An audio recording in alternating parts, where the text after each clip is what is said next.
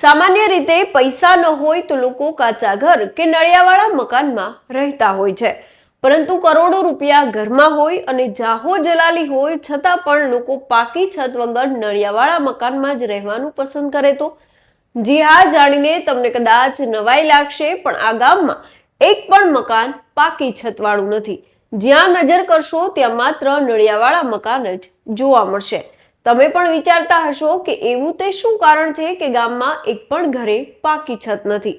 નમસ્કાર, આપની સાથે મમતા ગઢવી અને આ અનોખા ગામની વિગતે વાત કરીએ વાત ગુજરાતી પર. આપણી ભૂમિ એ પરંપરા અને સંસ્કૃતિની ભૂમિ છે. આજે પણ ગામડામાં તમને વર્ષો જૂની પરંપરા સાચવીને વારસાનું જતન કરતા અનેક લોકો જોવા મળશે. અને આવું જ એક ગામ એટલે મધ્યપ્રદેશના વિદિશાનું કાફ ગામ, જે કંઈક આવી જ ઐતિહાસિક પરંપરા સાચવીને બેઠું છે. આ ગામમાં દરેક લોકો નળિયાવાળા કે પતરાવાળા મકાનમાં જ રહે છે. જી હા, જાણીને તમને કદાચ નવાઈ લાગશે, પરંતુ આ ગામમાં એક પણ પાકી છત વાળું મકાન નથી અને એનું કારણ છે વર્ષો જૂની પરંપરા. આધુનિક સમયમાં લોકો પરંપરા અને સંસ્કૃતિને ભૂલવા લાગ્યા છે, પરંતુ કાફ ગામના લોકો આજે પણ ઐતિહાસિક વારસો સાચવીને બેઠા છે.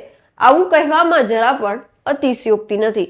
ગામના લોકો ઘર બનાવવામાં લાખોનો ખર્ચ કરે છે, ફર્નિચર પણ બનાવે છે, પરંતુ પાકી છત નથી બનાવતા. આ ગામમાં જ્યાં પણ તમારી નજર ફરે ત્યાં માત્ર કાચા મકાનો તમને નજરે પડશે. ગામના નવયુવાનો પૂર્વજોની આસ્થા અને પરંપરાનું આજના સમયમાં પણ જતન કરી રહ્યા છે અને સાથે ગૌરવ પણ અનુભવી રહ્યા છે. જો વિગતે વાત કરીએ તો વિદિશાથી 18 થી 20 કિલોમીટર દૂર કાફ ગામ છે તે આવેલું છે, જ્યાં એક પણ ઘરમાં લોકો પાકી છત નથી બનાવતા. ગામ લોકોનું કહેવું છે કે વર્ષોથી આ પરંપરા અને માન્યતા છે તે ચાલી આવે છે, જેના લીધે ગામના લોકો નવા મકાન તો બનાવે પરંતુ પાકી છત નથી બનાવતા. ગામમાં એક શાળા છે જ્યાં પાકી છત છે, બાકી ગામમાં રહેતા કોઈ પણ લોકો પાકી છત વાળું ઘર નથી બનાવતા. વર્ષોથી ચાલી આવેલી પરંપરાનું આજે પણ ગામના લોકો છે તે જતન કરી રહ્યા છે, ત્યારે પરંપરાને વરેલું આ ગામ અનેક ગામ માટે પ્રેરણારૂપ છે. આ સિવાય રાજસ્થાનનું દેવમાલી ગામ પણ કંઈક આવું જ છે, જ્યાં લોકો આજે પણ પાકી છત વાળા ઘર છે તે નથી બનાવતા. ગરીબ હોય કે અમીર, બધા લોકો કાચા મકાનમાં રહેવાનું પસંદ કરે છે. અજમેર જિલ્લાના દેવમાલી ગામમાં ઘણા કરોડપતિ પણ વસે છે, છતાં પણ તેઓ પાકી છત વાળું ઘર છે તે નથી બનાવતા. પાકી છત ન બનાવવાને લઈને ગામ લોકોનું માનવું છે કે વર્ષોથી જે માન્યતા ચાલી આવે છે એ આજે પણ અકબંધ છે અને એના કારણે જ ગામના કરોડપતિ ઘર તો બનાવે પરંતુ પાકી છત નથી બનાવતા.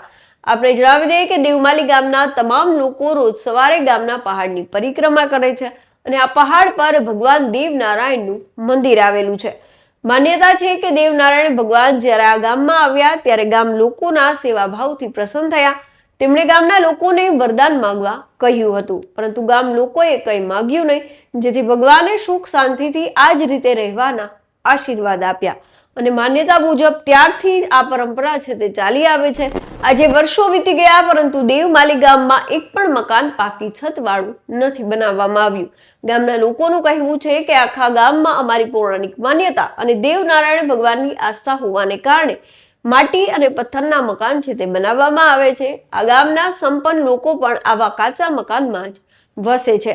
અહીંના ઘરોમાં તમને ટીવી, ફ્રીજ, બધું રાચ રચેલું બધું જોવા મળશે, પરંતુ જાહો જલાલી હોવા છતાં આ ગામના લોકો પાકી છત વાળા મકાન છે તે નથી બનાવતા. આ ગામમાં 300 જેટલા પરિવાર છે તે વસે છે અને કુલ વસ્તી 2000 ની આસપાસ હોવાનું કહેવાય છે. આ સિવાય ગામમાં બધા શાકાહારી છે અને ઘરોને તાળા મારવામાં પણ નથી આવતા. અને નવાઈની વાત તો એ છે કે આ ગામમાં ચોરી પણ નથી થતી. આ ગામના લગભગ 1500 જેટલા લોકોની આવકનું મુખ્ય સાધન છે તે પશુપાલન છે અને તેમના પૂજનીય દેવ છે તે દેવનારાયણ ભગવાન છે. સાથે જ ગામ લોકો પ્રકૃતિને પણ પૂજનીય ગણે છે અને તેની પૂજા પણ કરે છે. આ ઉપરાંત આખાય દેવમાલી ગામમાં 1 ઇંચ જમીન પણ કોઈ ગ્રામજનોના નામે નથી. જી હા, ગામની એક પણ વ્યક્તિ જમીનના માલિક નથી.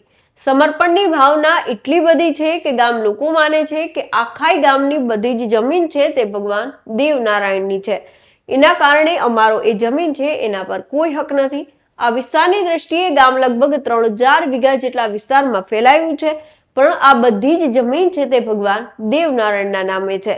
લોકો ભલે આ ગામમાં વર્ષોથી રહેતા હોય છતાં કોઈ એક પાસે પણ જમીનની માલિકી નથી. ત્યારે પરંપરા અને આસ્થા સાથે જીવન જીવતા આ ગામો છે તે ઘણું બધું કહી જાય છે. આ અંગે આપ શું કઈ માની રહ્યા છો અમને કોમેન્ટ કરીને જરૂર જણાવશો. તો ત્યારે બસ આટલું. ફરી કંઈક આવી અજાણી વાતો આપના સુધી પહોંચાડતા રહીશું અને મળતા રહીશું વાત ગુજરાતી પર.